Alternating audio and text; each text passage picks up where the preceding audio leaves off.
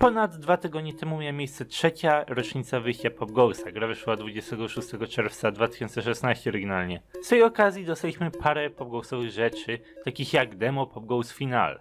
Samo demo to nie wszystko i to nie tak, że to jedyna ciekawa rzecz. Paru członków teamu zrobiło coś na rocznicę. Mamy render Spring Bonniego z JJ zrobiony przez Witcha. Mamy render Pop Goalsa z Reprinteda. Cała ta lokacja zrobiona od zera. No i mamy też rysunek narysowany przez Turntail. Zwierzęta z animatroników kręcące się koło pustej czaszki Simona. Po tych 3 świetnych artach dostaliśmy też małe demo Pop Goals Final. Nie możemy też niestety oczekiwać, że za dużo od tego dema. Jest to pierwszy poziom, jest to też niekompletny pierwszy poziom. Wiemy, że część gameplayu została usunięta, więc nie jest to pełne doświadczenie, jakie zobaczymy, gdy pełna wersja już wyjdzie. Nie jest to niestety taka casual gierka do pogrania sobie. Głównym celem tej gry jest fabuła. To gra specyficznie dla fanów Pop Goalsa, na pewno będzie fajna do odkrywania fabuły, ale jak chcecie sobie tak z nudów pograć grę, może do was nie trafić. Sam początek gry zaczyna się od dialogu pomiędzy Stringsem a Fritzem. Nie będę tutaj czytał całego dialogu, ale mniej więcej wyjaśnię, o co tutaj chodzi. Chcę też powiedzieć, że bardzo mi się podoba ten segment dialogowy z perspektywy takiej estetycznej. Mówią tutaj 2 osoby, ich dialog jest reprezentowany przez symbole z tyłu. Jak jeden mówi, to płyną w jedną stronę, a jak drugi, to płyną w drugą. To taki bardzo fajny bonus, estetycznie bardzo przyjemny. Już wcześniej było o tym mówione, ale Pop Goals Final nie jest kanoniczny. Jest takim alternatywnym zakończeniem. W Pop Goals 2 walczymy z Simonem i ostatecznie go pokonujemy. W Pop Goals Final jest już za późno, bo z tego co zrozumiałem, Strings najwyraźniej już się nie budzi. Nie ma tego całego nocnego gameplayu, w którym budzimy się, a jedynie możemy rozmawiać z Echo Fritzem w tym świecie. Dowiadujemy się paru podstawowych rzeczy. Zostały nam 3 dni, Strings nie ma już modułu ciekawości, a to miejsce, w którym oboje się znajdują, to jakaś część Weaselware, w której Fritz pojawia się podczas snu. Jest w stanie odtwarzać tutaj swoje wspomnienia i często manipuluje nimi. Przygląda się swoim porażkom, zamienia je w zwycięstwa. Wyobrażasz sobie, że zrobił rzeczy inaczej i że wszystko było dobrze. Ale samemu Stringsowi się to nie podoba. String został zbudowany, a raczej przebudowany, specyficznie po to, żeby doradzać Fritzowi, co ma robić. Miał dowiedzieć się więcej na temat jego życia, po to dostał moduł ciekawości i miał zrozumieć, dlaczego Fritzowi się nie powiodło. No i podczas tej rozmowy okazuje się, że ten moduł nie był za bardzo potrzebny. Według Stringsa bardziej zaszkodził niż pomagał, a nawet bez niego Strings jest bardzo ciekawski i dopytliwy. Stawia Fritzowi diagnozę, uważa, że robi źle, zmieniając swoje wspomnienia. Mówi tutaj dosyć mocne słowa, że nie chce, żeby jego ojciec umarł jako tchórz. Uważa, że powinien stawić czoła swoim obawom, przeżyć te wydarzenia z innej perspektywy, czyli nie jako ofiara losu, ale jako bohater, który przeżył swoje życie pomimo tych wszystkich porażek. To wszystko nie ma jakiegoś ogromnego znaczenia w tym momencie, bo i tak zginą za parę dni, nie doprowadzi to do zniszczenia Simona. No chyba, że tutaj też planują jakieś alternatywne szczęśliwe zakończenie, nie wiem. No ale ogólnym celem jest tutaj wyłącznie umrzeć z godnością. Wykorzystać te ostatnie dni w jakiś sensowny sposób, spróbować choć raz w całym życiu zwyciężyć. No i Fritz ewentualnie zgodził się, dał Stringsowi rolę sędziego, żeby wybrał, co powinno się tutaj wydarzyć i ten planuje obserwować Fritza, kiedy ten będzie przeżywał swoje wspomnienia tak, jak powinien oryginalnie.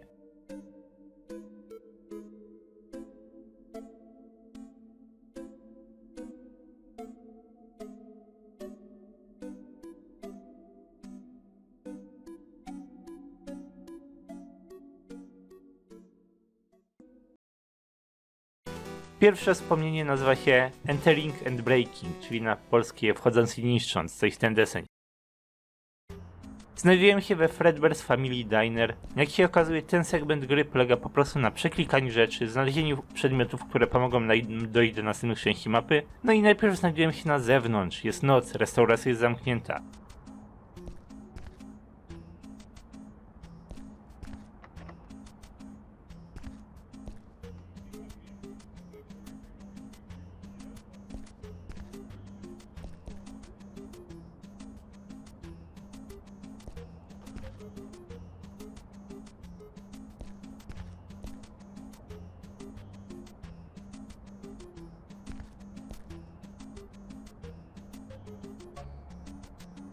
Jeremy zauważył coś, zapasowe klucze, które zostały zostawione pod wycieraczką, co pozwoli mu włamać się, wejść do środka po zamknięciu. Jeremy był wielkim fanem, więc na pewno nie mógł się powstrzymać, chciał porozglądać się po zamknięciu, całą lokację tylko dla niego.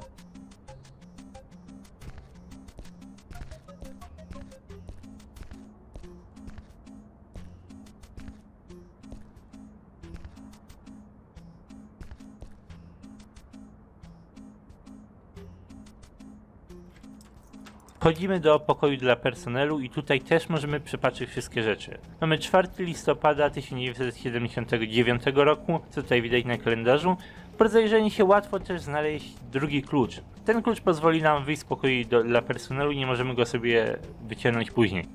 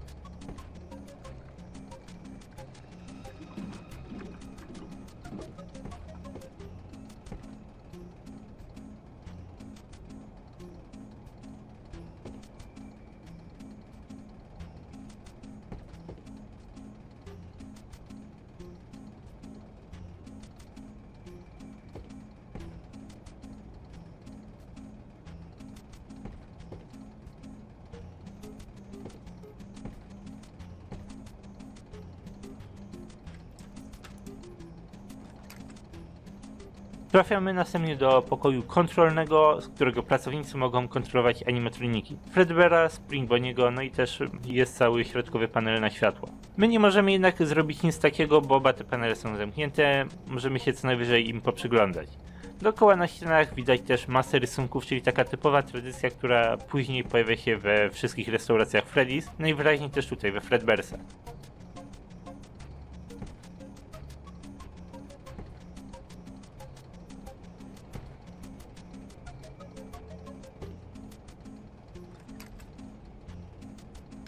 Następny pokój to część magazynowa. Tutaj na nagraniu skręciłem od razu w prawo, trafiłem do kostiumów. Tutaj w tle znajduje się cały zestaw z Freddy's. Freddy, Bonnie, Chica i Foxy. Jak się okazuje, muszą to być w tym momencie nówki sztuki, bo nawet sam wielki fan Jeremy nie wie, czym są te kostiumy. Jeszcze nigdy nie występowały na scenie, jeszcze nigdy nie było czegoś takiego jak pizzeria Freddy'ego Fazbeara. Możemy sobie jeszcze przejść przez cały ten magazyn, nie ma tutaj nic wyjątkowego, istotnego. Na środku jest zamrażarka, dookoła półki ze sprzętem, pudełkami itd.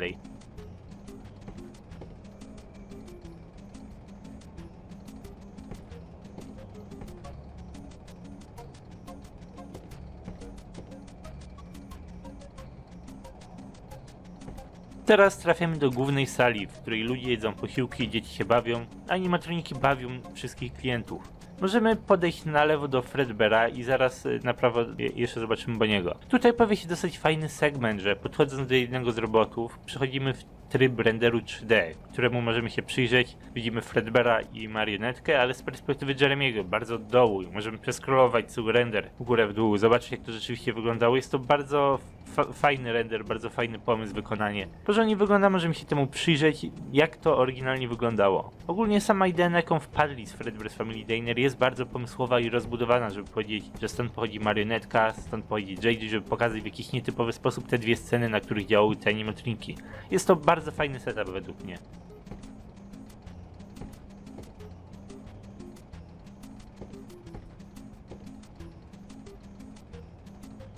No i po prawej mamy Bonniego, a także JJ. Możemy zobaczyć dwójkę z bliska, przyjrzeć się szczegółom, odczuć to doświadczenie, że tam rzeczywiście jesteśmy. A potem oczywiście możemy przerzucić się na wysokiej jakości render od Twitcha, żeby zobaczyć to samo miejsce z innej perspektywy.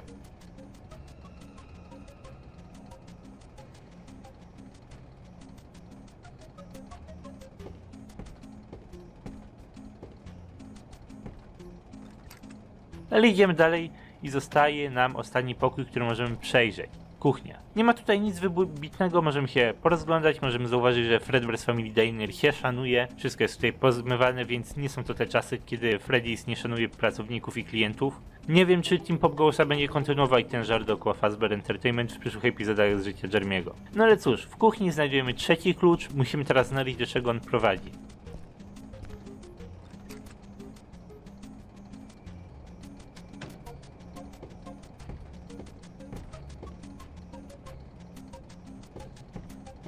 Trzeci klucz pozwala nam otworzyć moduł sterowania Spring Bonniego. Coś, co na pewno byłoby ciekawe dla każdego wielkiego fana animatroników. Tym razem możesz rzeczywiście spróbować kontrolować jedną ze swoich ukochanych postaci. Jeremy może pobawić się w tym momencie Spring Bonnie i JJ. Ciekawy tego, co się przed nim otworzyła, próbuje skorzystać z konsoli i...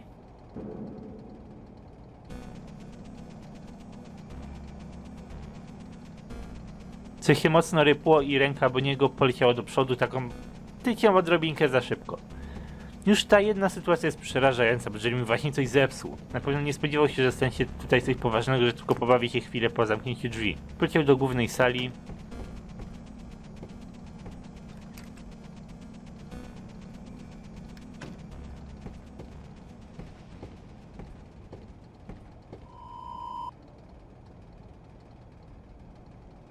Już mówiłem o tym na innym odcinku, ale z notek pojawiających się w Pogbox Memories zdało się przewidzieć, co rzeczywiście się stało. Jeremy boi się JJ z jakiegoś niewyjaśnionego powodu, podczas gdy JJ przestała działać po jakimś niewyjaśnionym incydencie.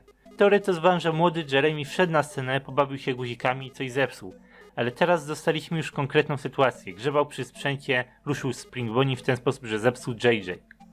Teraz dostajemy dialog przed drugim poziomem. Jeremy mówi, że nigdy nie udało mu się pozbyć strachu przed JJ, stworzył Dreamcatchery, żeby pokonać swoje strachy i Strings pokonał marionetkę, ale Buttons nigdy nie poradził sobie z JJ.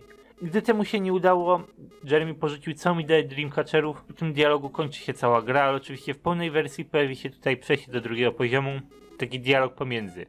I to tyle, to chciałem zwrócić jeszcze na inną rzecz uwagę, bo wydaje mi się, że ekwipunek zużyjemy w 100%. W tej rzeczywistej grze to nie jest miejsce, w którym przedmioty pojawiają się i znikają, a siedzą do samego końca. Dlatego też puste miejsce tak lekko razi. Zgaduję, że w pełnej wersji, w której sekrety nie zostały usunięte, dostaniemy jeszcze jeden przedmiot i to on będzie odpowiadał za jakieś sekretne zakończenie pierwszego poziomu. No dzisiaj to jednak tyle. Nic więcej z dema, więc możemy czekać na to finalne wyjście gry. Dowiedzieliśmy się, że prace nad grą w końcu ruszyły do przodu. Były z tym problemem wcześniej, więc wydaje się, że gra w końcu wyjdzie nie aż tak daleko w przyszłości. Będziemy mogli zobaczyć tą finalną wersję. Zrobić też wtedy jakąś uszczuploną wersję przejścia pierwszego poziomu z tymi wszystkimi bonusami, których nie było oryginalnie. Coś tam ma rzeczywiście być, ale całej reszty nie ma sensu drugi raz powtarzać. Póki co jednak dziękuję i zapraszam do pozostawienia jakichś swoich własnych przemyśleń na temat gry w komentarzu.